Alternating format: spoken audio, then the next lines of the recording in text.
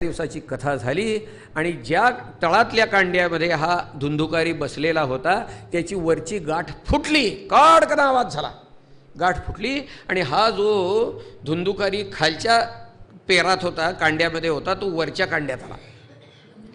दुसऱ्या दिवशीची कथा झाली, त्याच्यावरची गाठ फुटली. द्वितीयेन्हि तथा सायं द्वितीय ग्रंथिभेदनम, तृतीयेन्हि तथा सायं तृतीय ग्रंथिभेदम. रोज एक एक एक एक गाठ फुटते महाराज. आणि 7 दिवस झाले, शेवटची वरची गाठ फुटली महाराज. आणि दिव्य रूप धारण करणारा धुंदुकारी बाहेर आला महाराज. दिव्य रूप धरो जाता तुलसी दाम मंडिता. बाहेर आल्या, त्यानं गोकर्णाच्या पायावर डोकं ठेवून नमस्कार केला आणि सगळ्या श्रोत्यांना स्वतःच्या अनुभवाला आलेलं श्रीमद भागवताचं महात्म्य सांगतोय बरं का. तो लक्षात घ्या. ऐकीव माहिती वेगळी आणि अनुभवाला आलेली माहिती वेगळी, लक्षात घ्या. हां, स्वतःच्या अनुभवाला आलेल्या गोष्टी सांगतो. तो म्हणाला श्रीमद भागवताच्या श्रवणानं सारी पातकाशी थर थर थर थर थर थर कापायला लागतात म्हणाला. श्रीमद भागवताच्या श्रवणानं सारी पातकं जळून नाहीशी होतात. लहान मोठी जुनी नवी कायिक वाचिक मानसिक ज्याप्रमाणे वणवा पेटलेला असताना त्यामध्ये लहान मोठी ओली सुकी सगळी लाकडं जळून भस्म होतात, त्याप्रमाणे सारी पातकं श्रीमद भागवताच्या श्रवणानं नाहीशी होतात, जळून जातात म्हणाला. स्वतःच्या अनुभवाला आलेली गोष्ट तो सांगतोय. तो म्हणतो सोन्यासारखा नरदेह प्राप्त झालेला असताना जो मनुष्य एकदा सुद्धा श्रीमद भागवत ग्रंथाचं श्रवण करत नाही, त्यानं स्वतःचा जन्म डास आणि चिलटं नव्हे पाण्यावरचे बुडबुडे असतात त्याप्रमाणे व्यर्थ घालवला. अशा पद्धतीनं तो बोलतोय महाराज. इतक्यामध्ये त्या ठिकाणी आकाशातून विमान आलं. त्या विमानातून विष्णुदूत उतरले. नमस्कार करून त्या धुंदुकारीला आदरपूर्वक त्या विमानामध्ये बसवला आणि वैकुंठाला नेण्यासाठी म्हणून त्या विष्णुदूतांनी विमानाचा स्टार्टर मारला. विमान चालू झालं तोवर त्या गोकर्णाने सांगितलं थांबा थांबा थांबा म्हणाले. अहो निघाला कुठं? अत्रैव भवस्संती श्रोतारव मम निर्मला. श्रीमद भागवताचा सप्ताह काय फक्त या एकट्या धुंदुकारीनं ऐकला नाही, इथं हजारो श्रोते बसले आहेत म्हणाला. तुम्ही फक्त एकट्या धुंदुकारीला वैकुंठाला घेऊन निघालाय? असं करा म्हणाला, प्रत्येकासाठी एक एक सेपरेट विमान तरी आणा, नाहीतर सगळ्यांना एकदम जम्बो जेटमध्ये घालून एकदम वैकुंठाला न्या. होय, आमची काय ना नाही म्हणाला. त्याचं म्हणणं योग्य होतं. ते म्हणणं ऐकलं विष्णुदूताने आणि ते काय म्हणाले ठोक काय, तुम्ही म्हणताय ते बरोबर आहे म्हणाले. ह्या बाकीच्या लोकांनी सुद्धा ऐकलं आहे, पण ते फक्त व्यवहारदृष्टीने ऐकले. म्हणजे कसं ठोक आहे का? म्हणजे कसं, नळी फुंकिली सोनारे इकडून तिकडे गेले वारे, बस ह्या कानानं ऐकून त्या कानानं सोडणे. नाहीतरी आम्ही असंच श्रवण करत असतो महाराज. तिथं गेल्यानंतर काय शब्द असतील ते 4 ऐकायचे. खरं म्हणजे आम्ही जातो का ठोक आहे का कीर्तन प्रवचनाला, एक टाईमपास बस. अगदीच आता आपलं पत्ते खेळल्यापेक्षा बरं म्हणून कीर्तन प्रवचनाला जायचं, पण त्यातनं काही घ्यायचं अशी बुद्धी असत नाही आमची. आमची तर अशी पद्धतच आहे बरं का. म्हणजे तुम्ही काय करता मला ठाऊक नाही, पण माझी अशी सवय आहे, दुसऱ्याच्या कीर्तन प्रवचनाला गेलं ना की उठलं की असा शर्ट झटकायचा. का झटकायचा? म्हणजे इथं जर बुवानी सांगितलेलं काय अडकलं असलं तरी ते इथंच पुढे, घरात नको.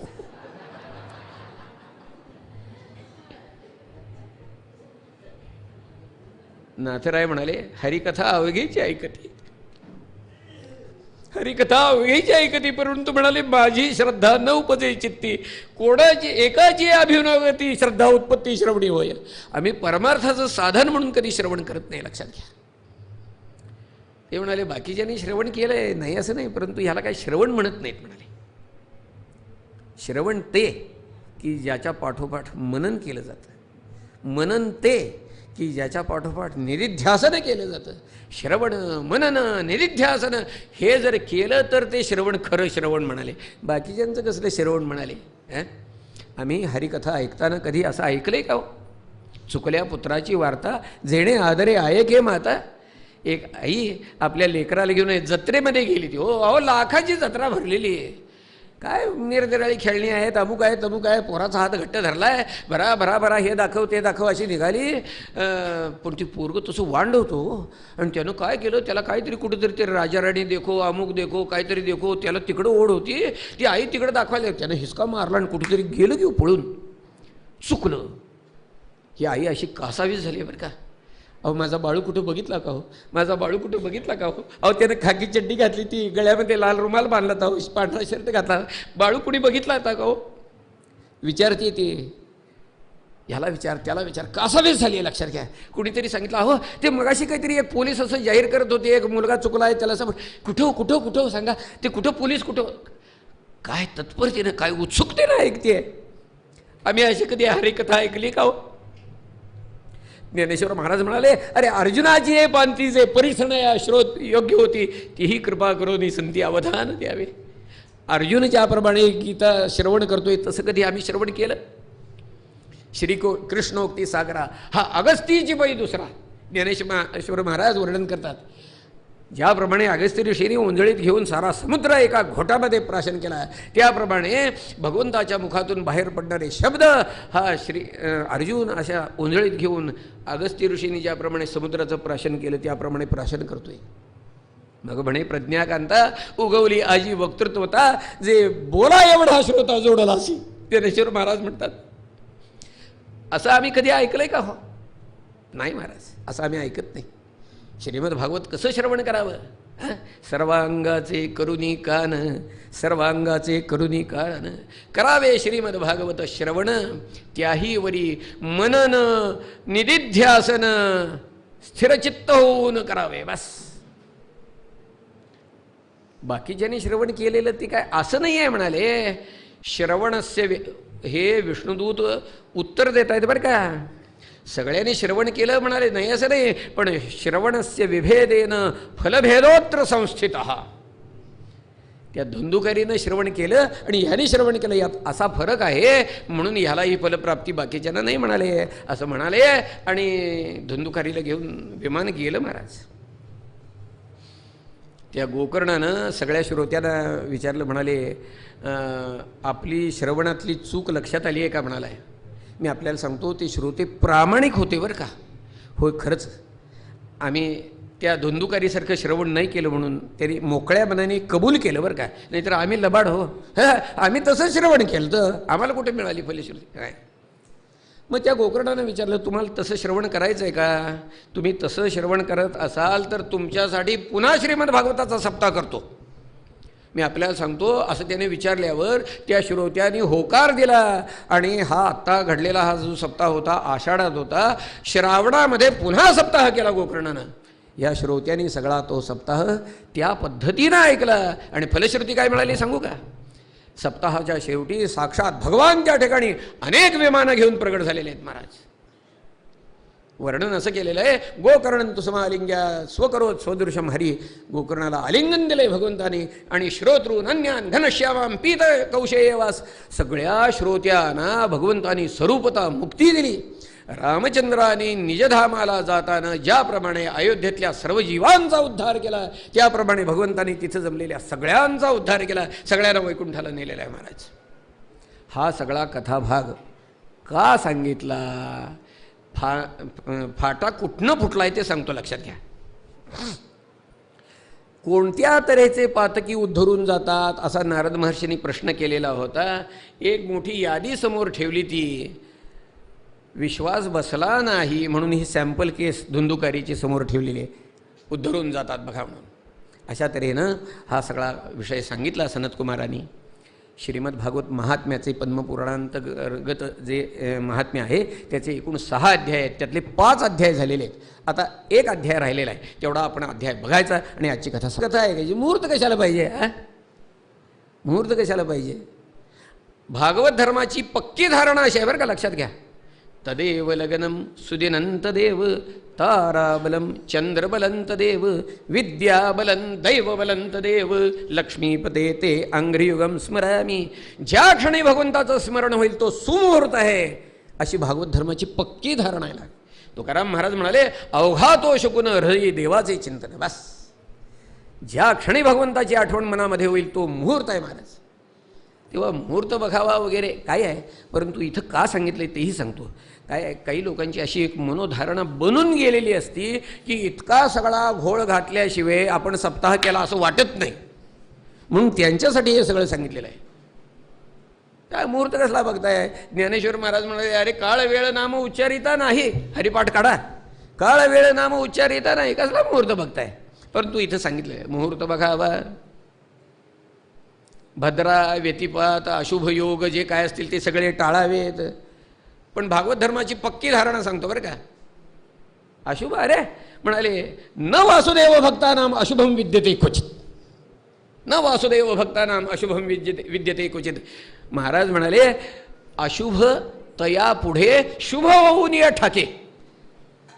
काय ताकद आहे त्या अशुभाची म्हणाले हरिदासासमोर.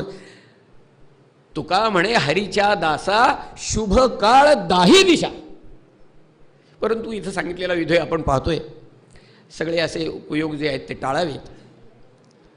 सप्ताहाच्या सुरुवातीला काय करावं? सप्ताह श्रवणासाठी भागवत प्रेमी जे लोक आहेत त्यांना पत्र लिहून आमंत्रण करावीत. लक्षात घ्या. आणि पत्रात काय मजकूर लिहावा ते सुद्धा महात्म्यकारांनी सांगितलेलं आहे. सताम समाजो भविता सप्तरात्रम सुदुर्लभा अपूर्वरसरूपैव कथा जात्र भविष्यती श्री भागवत पीयूष पाळय रसलंपटा भवन्तश्च तथा शीघ्रम आयात प्रेम तत्परा नावकाशः कदाचितचे दिनमात्रं तथापि तो. 7 दिवस येणं जर जमलं नाही तर कृपया 1 दिवस तरी या, अशी विनंती त्या ठिकाणी केली आहे. जरूर यावं नव्हे, जरूर जरूर यावं नव्हे, जरूर जरूर जरूर यावं. विनंती करावी, लोकांना बोलवावं. सगळ्या लोकांची राहण्याची जेवणाखाण्याची व्यवस्था करावी. सप्ताहासाठी शक्यतो प्रशस्त जागा बघावी. जागा नाही उपलब्ध झाली घरात केला तरी चालतो. बस जी जागा निवडली असेल ती झाडून सारवून स्वच्छ करावी, साफ करावी, शक्य त्या रीतीनं सुशोभित करावी. केळीचे खुंट लावावेत, कर्दळीचे खुंट लावावेत, नारळाच्या झावळ्या लावाव्यात, आंब्याचे ढाळे लावावेत. हल्लीच्या पद्धतीनं बोलायला आता बघा डेकोरेशन कसं केलं की नाही. हा बस फुलांच्या माळा अमुक तमुक सोडाव्यात, दिव्यांच्या माळा सोडाव्यात. अशा पद्धतीनं ही सगळी जागा सुशोभित करावी. वक्ता कसा असावा ते सांगितले महाराज.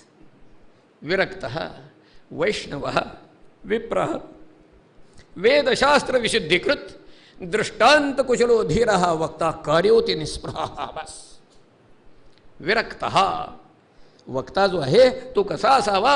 वैराग्य संपन्न असावा.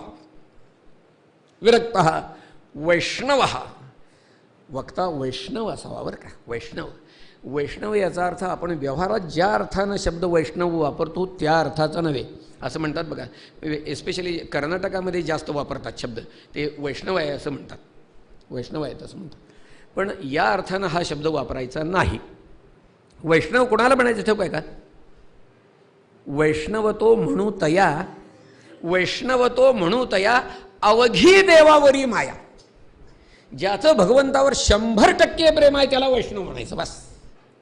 मुक्ताबाई म्हणाल्या ज्ञानदेव वैष्णव मोठा. ज्ञानदेव वैष्णव मोठा. सर्वश्रेष्ठ वैष्णव कोण? ज्ञानेश्वर महाराज. का? तर ज्ञानेश्वर महाराजांचं भगवंतावर 100% प्रेम आहे. आता शब्द वापरताना पुष्कळ वेळेला असं व्यवहारात म्हणतात बघा, खात्रीनं 100%, खात्रीनं 110%. बस. तसंच ज्ञानेश्वर महाराजांचं प्रेम आहे भगवंतावर. ज्ञानेश्वर महाराज भगवंताला म्हणाले, अरे भगवंता, अरे तुझी आण वाहीन गा देवराया. तुझी आण म्हणजे शपथ बरं का. तुझी आण वाहीन गा देवराया, अरे बहु आवडसी जीवापासून या. प्राणापेक्षा सुद्धा जास्त प्रिय असणारा परमात्मा. असे जे कोणी असतील त्याला वैष्णव म्हणायचं. मग वक्ता कसा असावा? तर वैष्णव असावं म्हटलेला आहे. विरक्तः वैष्णवः विप्रा. विप्र याचा अर्थ ब्राह्मण. ब्राह्मण याचा अर्थ नुसता शिखा सूत्रधारी नव्हे. लक्षात घ्या. त्याला ब्राह्मण म्हणायचं आपलं व्यवहार म्हणून नाही न्यायचे. ज्ञानी असावा, ज्ञानी असावा. ब्रह्मजानाती ती ब्राह्मण. परतत्वाचा अनुभव असणारा असावा महाराज. अवघड आहे. विरक्तः वैष्णवः विप्रः वेदशास्त्र विशुद्धीकृत. म्हणजे वेदशास्त्राच्या अभ्यासानं ज्याचं चित्त शुद्ध झालेलं आहे आणि जो वेदशास्त्राचं खरं रहस्य जाणणार आहे असा असावा महाराज. वेदशास्त्र विशुद्धीकृत. आणि कसा असावा? दृष्टांत कुशलः धीरः. आपला विषय जो आहे तो निरनिराळे दृष्टांत देऊन विषय पटवून देणारा असावा. धीर. धीर याचा अर्थ काय हो? ह्या शब्दाला तर अनेक अर्थ छटा आहेत. निर्भय असावा, निश्चल असावा, निग्रही असावा, जितेंद्रिय असावा, शांत असावा, पंडित असावा, बुद्धिमान असावा. विरक्तो वैष्णवो विप्रो वेदशास्त्र विशुद्धीकृत दृष्टांत कुशल धीर वक्ता कार्योती निस्पृह. निस्पृह असावा. वक्ता कसा असावा याबद्दलचा जो क्रायटेरिया इथं सांगितलेला आहे त्या क्रायटेरियाला आम्ही उतरत नाही. आणि हे जे बोलणं आहे हे विनयाचं बोलणं नसून ही वस्तुस्थिती आहे. आपण म्हणाल एवढी जर वस्तुस्थिती कळती आहे तर सांगायला बसलाय कशाला? काय उत्तर आहे सांगा की? सांगायला बसलाय कशाला? उत्तर त्याचं एवढंच आहे की इथं जे मी बसलेलो आहे ते उपदेशकाच्या भूमिकेतनं बसलेलो नाही तर सेवेकऱ्याच्या भूमिकेतनं बसलेलो आहे. माझी दृढ धारणा अशी आहे, भगवत स्वरूप असणारे आपण श्रोते आहात. ज्ञानेश्वर महाराजांच्या शब्दात जर सांगायचं झालं तर अगदी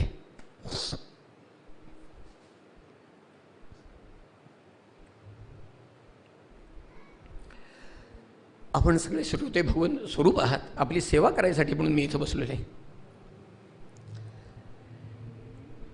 आपण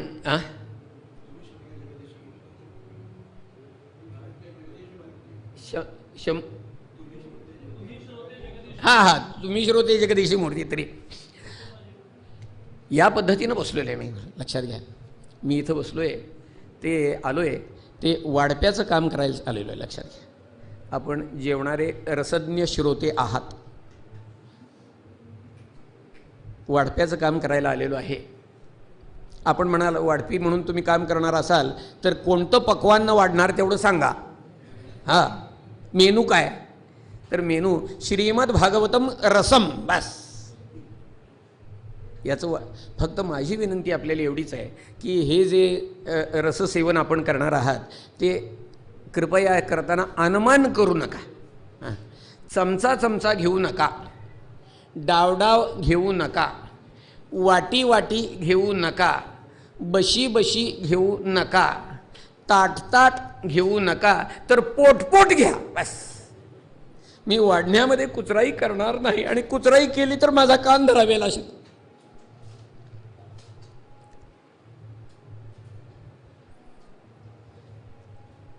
आपण दुकानदार आहात.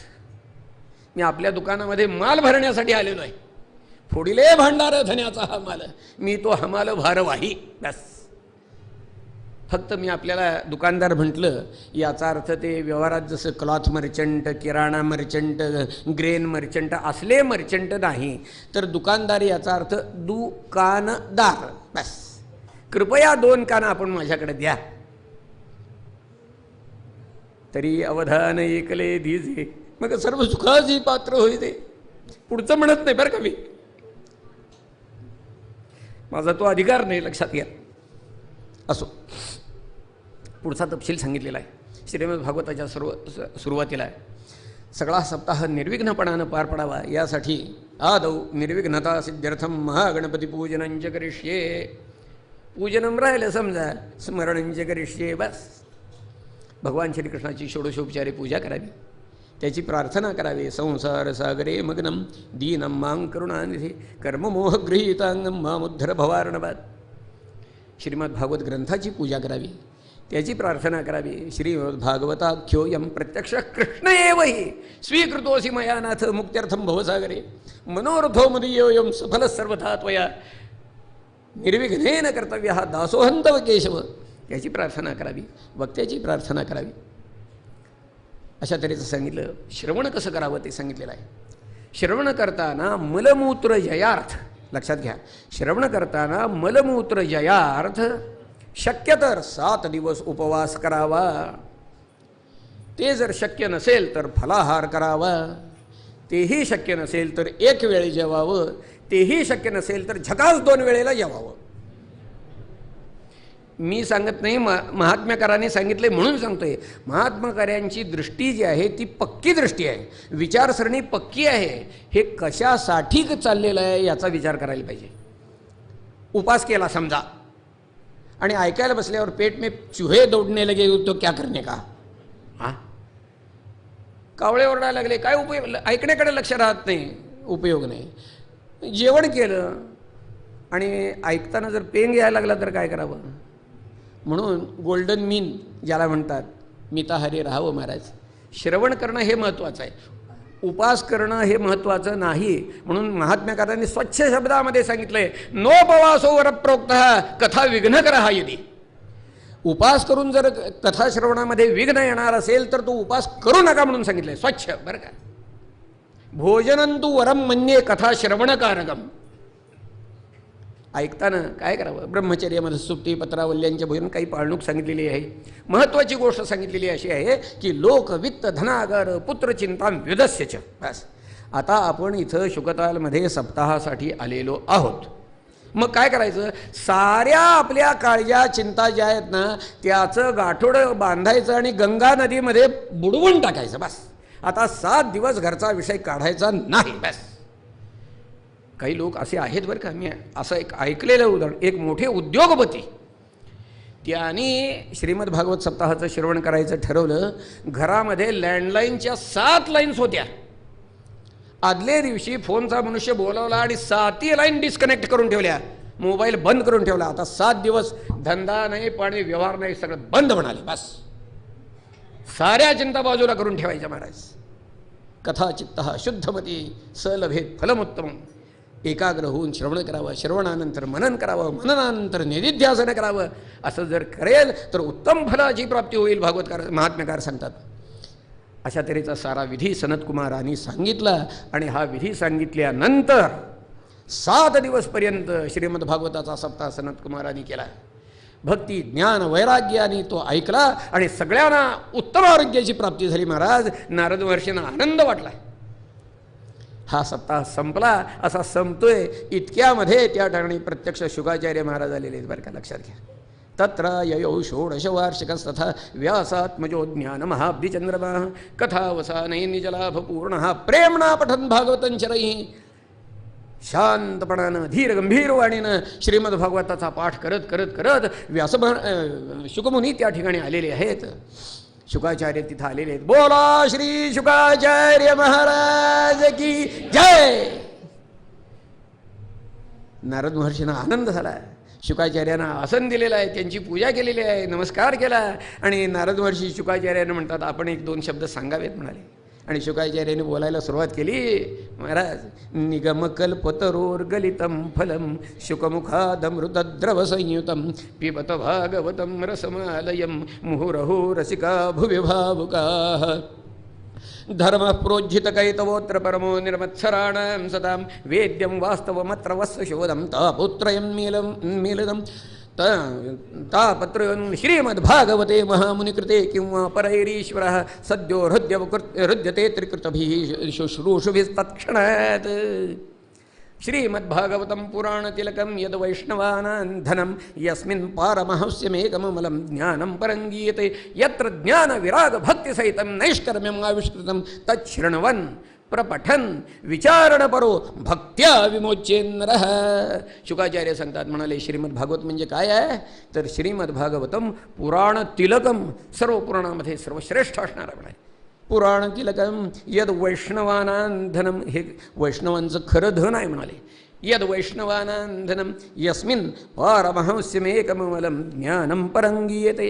परमहंसांचं ज्ञान यामध्ये प्रकट करून दिलेलं आहे, यामध्ये गायलेलं आहे म्हणाले. यत्र ज्ञान विराग भक्तिसहितं नैष्कर्म्यमाविष्कृतं. भक्ती ज्ञान वैराग्य यांच्या सकट ही नैष्कर्म्य सिद्धी प्रकट केलेली आहे. तच्छृण्वन् ऐकून, प्रपठन वाचणारा, शृण्वन् प्रपठन विचारणपरः. बरं का, काय आहे यातला प्रत्येक शब्द महत्त्वाचा आहे, लक्षात घ्या. तच्छृण्वन् अंडरलाईन करायची, प्रपठन अंडरलाईन करायची, विचारणपरः डबल अंडरलाईन करायची आणि पुढचा शब्द भक्त्या, हा भक्त्या सबन शब्दच हायलाईट करायचा बरं का, लक्षात घ्या. श्रीमद भागवताचं श्रवण कसं करावं, बस अंतःकरणपूर्वक करावं. भक्त्या भागवतम वाचम न व्युत्पत्त्या न टीकया. बस त्या टीका नको, ते व्युत्पत्त्या नको, काय नाही. वाचत असताना असा प्रेमाचा उमळा असा उमळा यायला पाहिजे महाराज, बस त्याचा. श्रीमद्भागवतं पुराण तिलकं यद् वैष्णवानां यस्मिन् पारमहंस्यमेकममलं ज्ञानं परं गीयते यत्र ज्ञानविरागभक्तिसहितं नैष्कर्म्यमाविष्कृतं तच्छृण्वन् प्रपठन् विचारणपरो भक्त्या विमुच्येन्नरः मोक्षप्राप्ती होऊन जाईल म्हणून सांगितलेलं आहे महाराज. शुकाचार्यांचं असं बोलणं होतंय इतक्यामध्ये साक्षात भगवान त्या ठिकाणी अर्जुन, उद्धव, बली, प्रल्हाद या सगळ्या भगवत भक्तांना घेऊन त्या ठिकाणी प्रगट झालेले आहेत महाराज. शुकाचार्य त्या ठिकाणी आहेतच, सनतकुमार त्या ठिकाणी आहेतच, नारद महर्षी आहेतच तिथं. आपल्याला सांगतो हा सगळा भगवत भक्तांचा मेळावा त्या ठिकाणी जमला. मला सांगा सारे भगवत भक्त एकत्र आले म्हणजे काय करतील हो? काय उकाडा किती जास्त झाला आहे हल्ली, पाऊस काय नाही, आज काय भाव काय आहे आज, हां भाव काय आहे, पाऊस पड, ही चर्चा छे छे मच्चित्त मदगत प्राण भो परस्परम कथयंतश्चमान नित्यं तुष्यंदी जरबंदीच. अहो हे सगळा घोतावळा भगवत भक्तांचा जमला, कीर्तनाला सुरुवात केली महाराजांनी सांगतो. आणि महात्म्यकारांनी त्या झालेल्या अलौकिक कीर्तनाचं वर्णन केले महाराज. प्रल्हाद स्थालधारी तरल गतितया चोद्धव कांस्यधारी वीणा धारी सुरर्षी सुवर कुशलतया रागकर्ता अर्जुनोभूत इंद्रो वादीन मृदंगम जय जय सुकराः कीर्तने ते कुमाराः यत्राग्रे भाववक्त रसविरचनया सरसरचनया व्यासपुत्रो बभूव. काय थाट आहे महाराज कीर्तनाचा. प्रल्हाद स्थालधारी, कीर्तनामध्ये कुणाकुणाकडं काय काय ड्युटी होती सांगितलं बरं का, लक्षात घ्या. हां प्रल्हाद स्थालधारी, प्रल्हाद भगवत भक्त तिथं होते, त्यांच्याकडं ठेका धरायचं काम होतं. ठेका धरायचं म्हणजे धादिंदिंदा असं नव्हे. आपण बघितलं असेल बघा, एखादा मोठा वाद्यवृंद असतो ऑर्केस्ट्रा, हां त्यामध्ये 50-50 वादक वाद्य वाजवत असतात आणि त्यांच्या सगळ्यांच्या समोर एक जण हातामध्ये अशी काठी घेऊन हे चाललेलं असतं बघा, बघितलं का? हां हे काय आहे, सगळ्या 50 लोकांची लय मेंटेन करायचं काम चाललेलं असते. कुठं काय आहे, कुणी कोणता पीस वाजवायचा, कुणी काय करायचं, हे सगळं कंट्रोलिंग सगळं त्यांच्याकडे असतं. तसं प्रल्हाद स्थालधारी तरल गतितया चोद्धव कांस्यधारी, काय आहे, झांज वाजवणं हे कौशल्याचं काम आहे. आणि म्हणून कांस्य याचा अर्थ काशाची झांज. हां तर ती झांज वाजवायचं काम कोणाकडे होतं, टाळ धरायचं ते उद्धवाकडे काम होतं. चोद्धव कांस्यधारी आणि वीणाधारी सुरर्षी. वीणा आपण वारकरी कीर्तन बघितलंय का बघा, हरदासी कीर्तन नाही सांगत मी.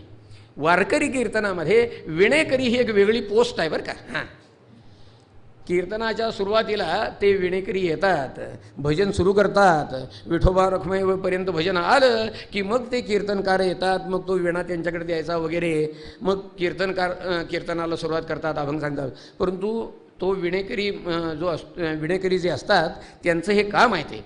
आणि मग बुवांचा अभंग सांगून झाला की मग तो विणा परत त्या विणेकऱ्यांच्याकडे द्यायचा आणि मग ते असे बाजूला भरून स्वर द्यायचं काम चाललेलं असतं त्यांचं. तर ते काम कुणाकडे होतं, प्रत्यक्ष देवर्षी नारदांच्याकडं. देवदत्तामिमां वीणां स्वरब्रह्मविभूषितां मूर्छयित्वा हरिकथांगायमानश्चराम्यां. वीणाधारी सुरर्षी आणि स्वर कुशलतया रागकर्ता अर्जुनोभूत. या वारकरी संप्रदायाच्या कीर्तनामध्ये एक चाल काढायचं काम असतं. काय असतं, कीर्तनकार उगा जे असतात ते साध्या एक ठोक्याच्या अभंग, एक टाळीच्या अभंगाची चाल लावून आपला प्रतिपाद्य अभंग जो असतो तो सांगतात. आणि मग त्यानंतर काय होतं की अभंग ऐकताना पुष्कळ वेळेला शब्द कळतात असंही नाही. मग पुष्कळ वेळेला काय नीट शब्द ऐकायला येत नाहीत, शब्द लक्षात राहत नाहीत. अभंग कुठला होता, कीर्तनाला गेलता का हो, काल हो गेलो तो, काय कुठला अभंग होता, काय काय काहीतरी तुका तुका म्हणत होते भाऊ, एवढंच, यापेक्षा काय कळत नाही मला. आता काय मग काय 2 तास ऐकून काय केलं. मग तो अभंग लोकांच्या कानात पक्का बसावा यासाठी काय केलं जातं की तो अभंग, त्या अभंगामध्ये असणारी जी सेंट्रल आयडिया, मध्यवर्ती कल्पना असेल, त्या मध्यवर्ती कल्पनेला पोषक अशी चाल लावायची आणि थोड्याशा रागदारीमध्ये लोकांना अपील होईल, इथं पोचेल इतपतच बरं का. कीर्तनामध्ये रागदारी ही मुख्य विषय नाही. जेवताना लोणचं चटणी जसं तोंडी लावणं म्हणून घेतात इतपतच गाणं असतं बरं का, ते लक्षात घ्या. परंतु त्या पद्धतीनं तो अभंग म्हणायचा का, तर मूळ अभंग कोणता आहे ते निदान घरात जाऊन गाथा उघडून बघता यावं यासाठी. तर त्याला चाल काढणं म्हणतात. मग सातकऱ्यांच्यापैकी ज्याला थोडंसं हे ज्ञान आहे असा मनुष्य जो असेल सातकरी, तो ती एक दोन कडवी चालीमध्ये म्हणतो. मग हे इथं ह्या कीर्तनामध्ये चाल काढायचं काम कुणाकडे होतं, तर ते अर्जुनाकडे होतं. का, तर त्यानं आपल्याला ठाऊक आहे विराटाच्या दरबारामध्ये त्यानं गायन मास्तरचं काम केलेलं होतं.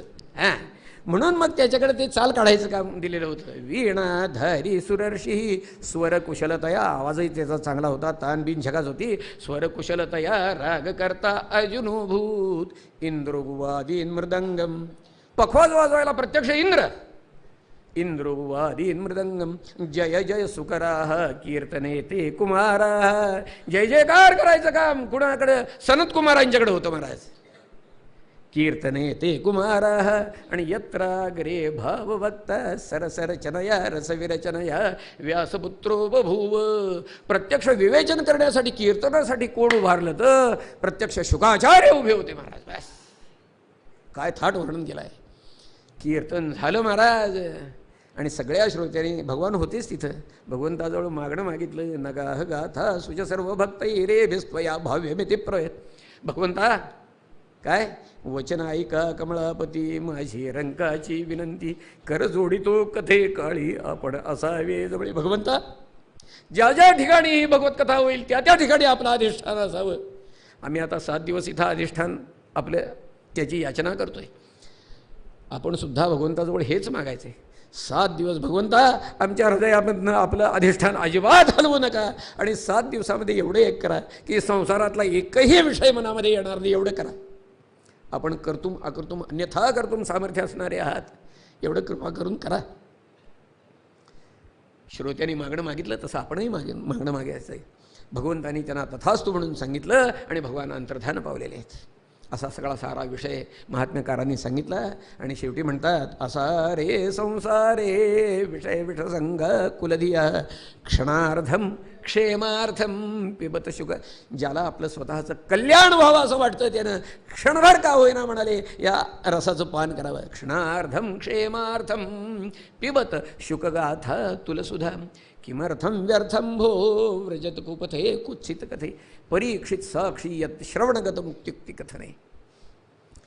एतांयो नियततया शृणोति भक्त्या यश्चैनां कथयति शुद्ध वैष्णवाग्रे तौ सम्यक विधिकरणात् फलं लभेते याथार्थ्यां नहि भुवने किमप्यसाध्यम. अशा तऱ्हेचा हा सारा विषय 6 अध्यायामध्ये महात्म्यकारांनी सांगितलेला आहे. आज आपण महात्म्य ऐकलेलं आहे. उद्या प्रत्यक्ष ग्रंथाला सुरुवात होणार आहे आपली. अशा तऱ्हेनं ही कथा शुकाचार्यांनी परीक्षित राजाला सांगितली. अर्थात हे आमच्या नेहमीच्या संकल्पातलं आहे म्हणून म्हणतो, अजून शुकाचार्यांचा आणि याचा संबंध यायचा आहे अजून. अशा तऱ्हेची ही कथा यथामती यथाशक्ती आणि यथा अवकाश श्रोतृचरणारविंदी अर्पण केली. कायेन वाचा मनसेंद्रियैर्वा बुद्ध्यात्मना वा प्रकृतिस्वभावात् करोमि यद्यत् सकलं परस्मै नारायणायेति समर्पया. पुंडलीक वरदा हरि विठ्ठल पार्वतीपते हर हर महादेव. सीताकांत स्मरण जय जय राम. हरये नमः हरये नमः हरये नमः. श्री शुकाचार्य महाराज की जय. श्री वृंदावन चंद्र की जय. जय जय भगवत्तम प्रभो नारायण वासुदेव. आरती आहे ना आता. हां, आता आरती होईल.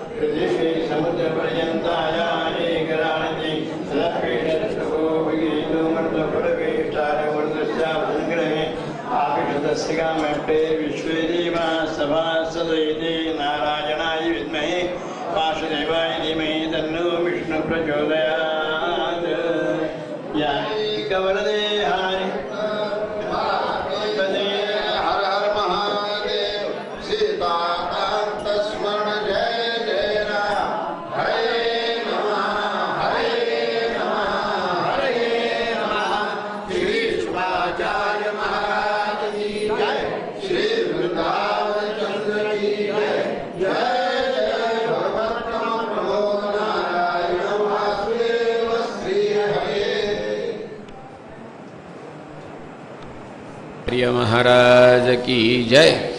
श्री वृंदावन चंद्र की जय।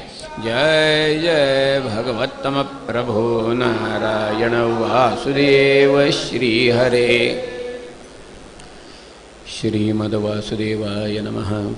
जन्माद्यस्य तोऽन्वयादितरतश्चार्थेष्वभिज्ञस्वराट् तेने ब्रह्महृदाय आदिकवये मुह्यन्ति यत्सूरयः। तेजो वारिमृदां यथा विनिमयो यत्र त्रिसर्गो मृषा धाम्ना स्वेन सदा निरस्तकुहकं सत्यं परं धीमहि। यं प्रव्रजन्तमनुपेतमपेतकृत्यं द्वैपायनो विरहकातर आजुहाव।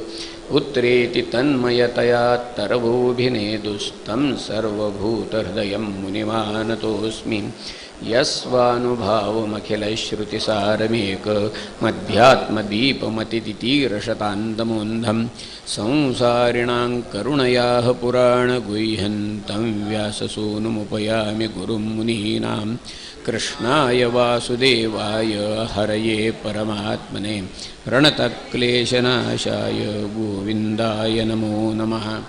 वन्दे नन्दव्रजस्त्रीणां पादरेणुमभीक्ष्णशः यासां हरिकथोद्गीतं पुनाति भुवनत्रयं किरातहूणान्ध्रपुलिन्दपुल्कसा आभीरकङ्का यवनाः खसादयः येऽन्ये च पापा यदुपाश्रयाश्रयाः शुध्यन्ति तस्मै प्रभविष्णवे नमः। वागीशायस्य वदने लक्ष्मीर्यस्य च वक्ष्यसि यस्यास्ते हृदये संवित्तन्नृसिंहमहं भजे।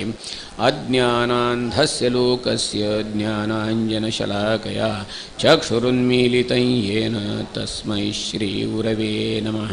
पुण्डलीकवरदा हरिविठ्ठल पार्वतीपते हर हर महादेव। सीताकान्तस्मरण जय जय राम।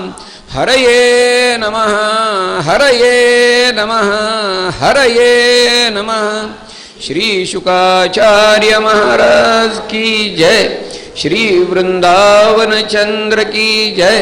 जय जय भगवत्तम प्रभो नारायण वासुदेव श्री हरे।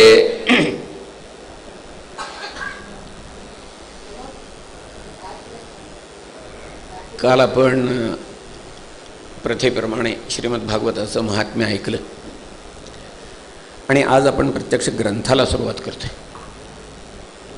जन्माद्यस्य यतोऽन्वयादितरतश्चार्थेष्वभिज्ञस्वराट् तेने ब्रह्महृदाय आदिकवये मुह्यन्ति यत्सूरयः तेजो वारिमृदां यथा विनिमयो यत्र त्रिसर्गो मृषा धाम्ना स्वेन सदा निरस्तौकहकं सत्यं परं धीमहि।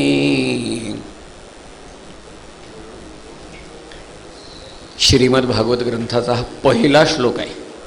या श्लोकामध्ये भागवतकारांनी मंगलाचरण केलेलं आहे। अथ नाना पुराणशास्त्रप्रबंधैः चित्तप्रसक्तिम् अलभमानः तत्र तत्र परितुष्यन् नारदोपदेशतः श्रीमद्भगवद्गुणप्रधानं भागवतशास्त्रं प्रारीप्सुः वेदव्यासः तत्प्रतिपाद्य परदेवतानुस्मरणलक्षणं मङ्गलम् आचरति।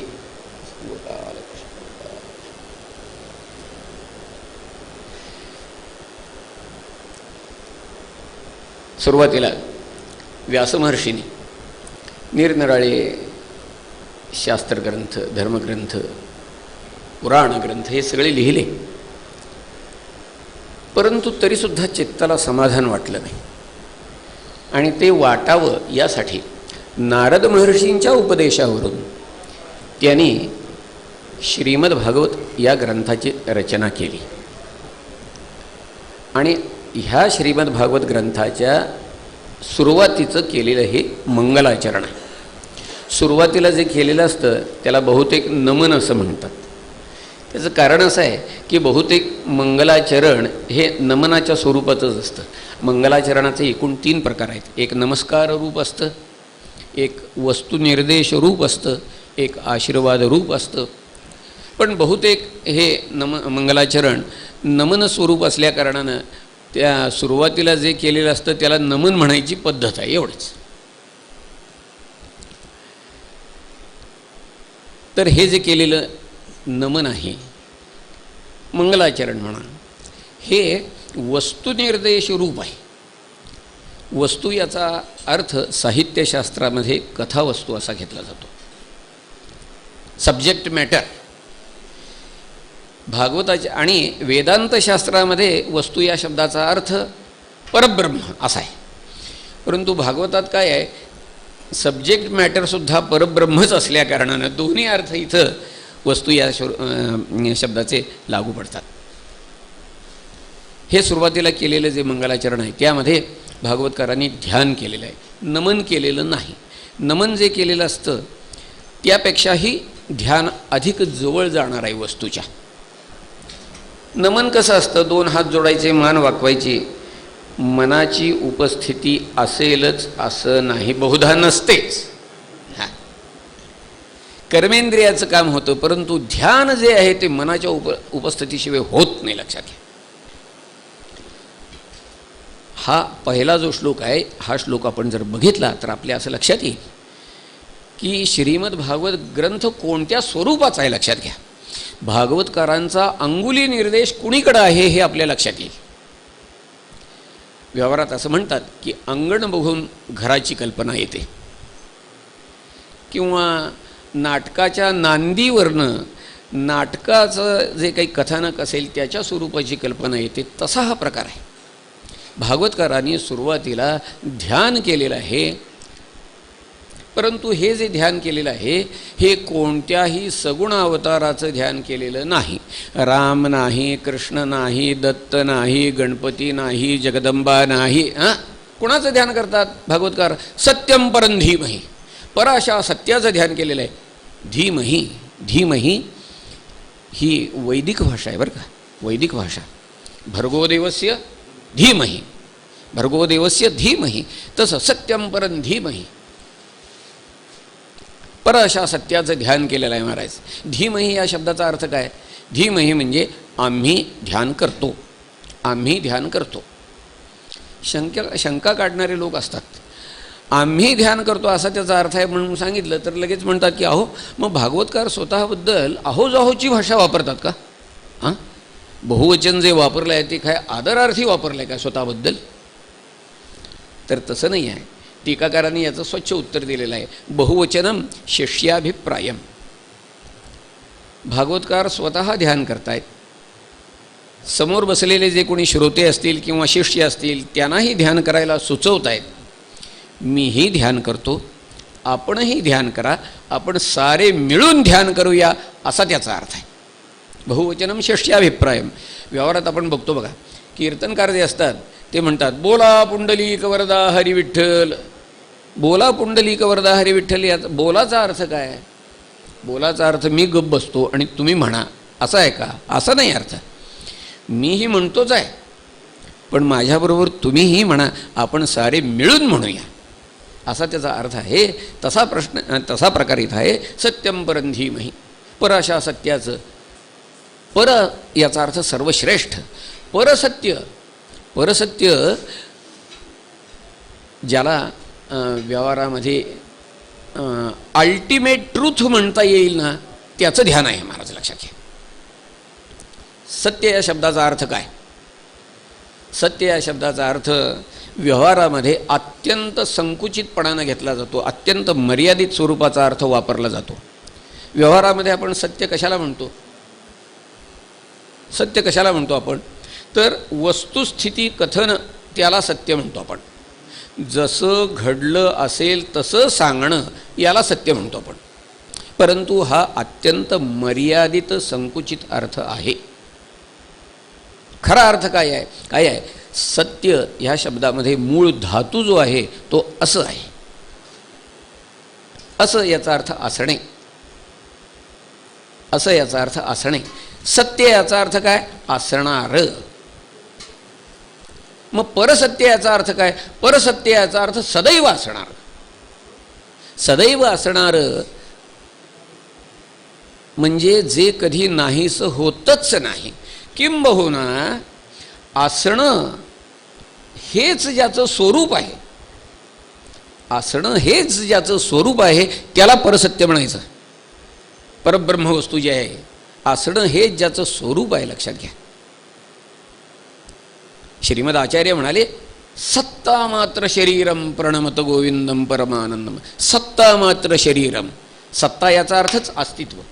अस्तित्व हेच ज्याचं स्वरूप आहे त्या परसत्याचं हे ध्यान केलेलं आहे, लक्षात घ्या. आमचं अस्तित्व जे आहे ना, हे आमचं स्वरूप नाही आहे.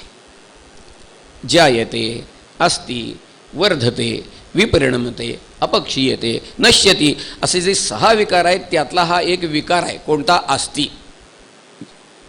परंतु परब्रह्म वस्तूचं आसणं हा स्वभाव आहे, हे स्वरूप आहे, त्या परब्रह्माचं ध्यान केलेलं आहे इथं महाराज.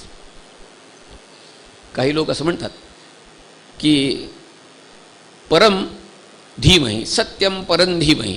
परम या शब्दानं परमेश्वर असा अर्थ घ्यायचा आणि सत्य हे त्याचं स्वरूप लक्षण असं समजायचं. शब्दांची कशीही फिरवाफिरव जरी केली तरी मतितार्थामध्ये काहीही फरक नाही. काय आहे, स्वरूप लक्षण म्हटलं की त्याच्या जोडीचा आणखी एक शब्द आपल्या डोळ्यासमोर येतो, त्याला म्हणायचं तटस्थ लक्षण. तटस्थ लक्षण परमात्मा वस्तूचं दोन प्रकारानं वर्णन केलं जातं. एकाला म्हणायचं स्वरूप लक्षण आणि एकाला म्हणायचं तटस्थ लक्षण. पण गंमत अशी आहे, लक्षात घ्या, कोणत्याही पद्धतीनं जरी वर्णन केलं तरी परमात्म वस्तूचं यथार्थ वर्णन करता येत नाही. म्हणून तुकाराम महाराज म्हणाले, भगवंता अरे तुका म्हणे तू ऐसा एक साचा, साचा म्हणजे खरेपणा ना, यथार्थ. तुका म्हणे तू ऐसा एक साचा, ऐसी तव वाचा झाली नाही. भगवंता तुझं यथार्थ वर्णन करणारे शब्द अजूनही जन्माला आलेले नाहीत बस. परंतु असं आहे की काहीतरी सांगितल्याशिवाय समजत नाही, म्हणून समज पडण्यासाठी काहीतरी करून सांगावं लागतं. त्यासाठी ही दोन लक्षणं केलेली आहेत. एकाला म्हणायचं स्वरूप लक्षण, एकाला म्हणायचं तटस्थ लक्षण. स्वरूप लक्षण कशाला म्हणायचं की ते जे लक्षण आहे ते स्वरूपभूत आहे, स्वरूपभूत आहे आणि त्यामुळं नित्य त्या वस्तूच्या ठिकाणी लागू पडणार आहे. नित्य बरं का, कायम कायम लागू पडणार. उदाहरण सांगतो म्हणजे लक्षात येईल. गोडी हे साखरेचं स्वरूप लक्षण आहे, लक्षात घ्या. गोडी हे साखरेचं स्वरूप लक्षण आहे. गोडी जर नसेल तर ती साखर वाळू होईल, लक्षात घ्या. गोडी हे तिचं स्वरूप लक्षण आहे. नीलवर्ण कांती हे भगवंताचं स्वरूप लक्षण आहे, कायम लागू पडणारं लक्षण आहे.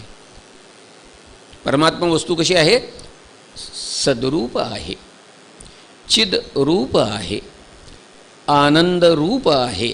हे स्वरूप लक्षण आहे बरं का.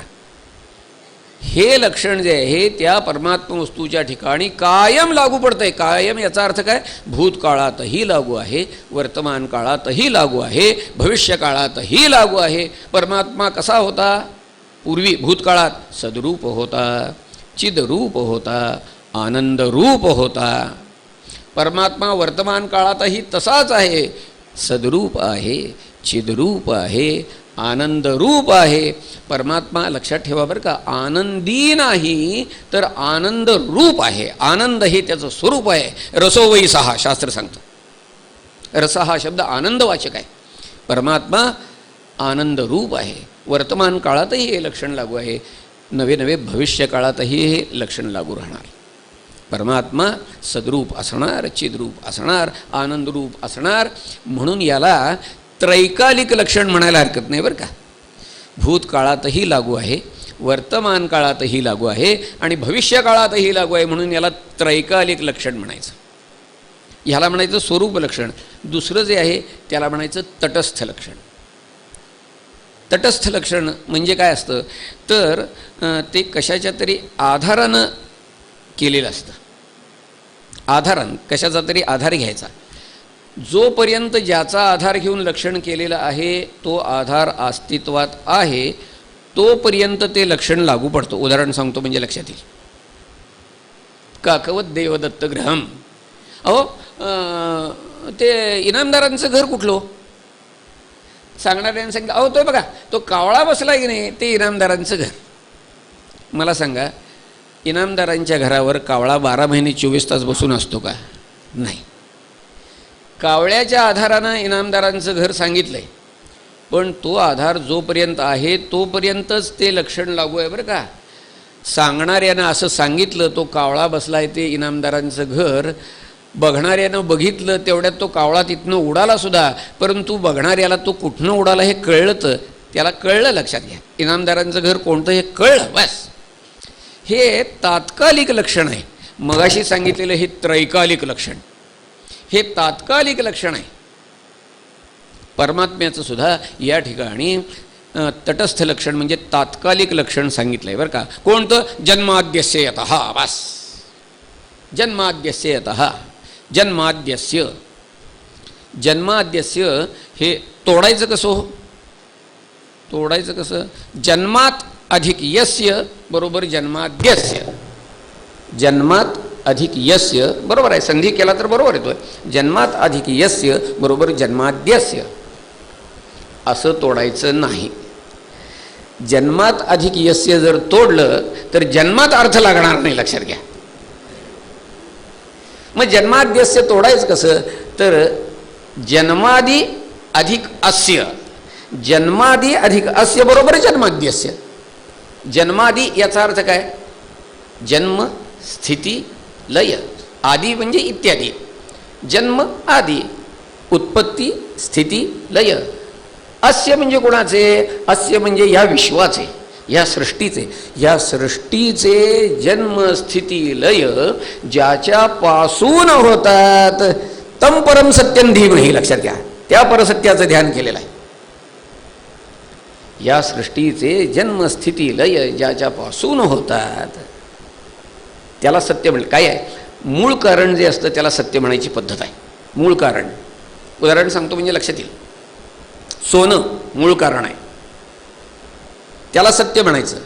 त्याच्यापासून बनलेले जे दागिने आहेत ना, बिलवर असतील, पाटल्या असतील, अंगठी असेल, कंठी असेल, नाग, मूद आणि वगैरे काही काही, हे जे सगळे बनलेले अलंकार आहेत, ही सगळी त्या सुवर्णाची कार्य आहेत. लक्षात घ्या, ही कार्य जे आहेत त्यांना मिथ्या म्हणायचं. मूळ कारण असेल त्याला सत्य म्हणायचं. तुम्ही म्हणाला, अहो काय मिथ्या, खोटं म्हणता काय याला? चांगले चोख सोन्याचे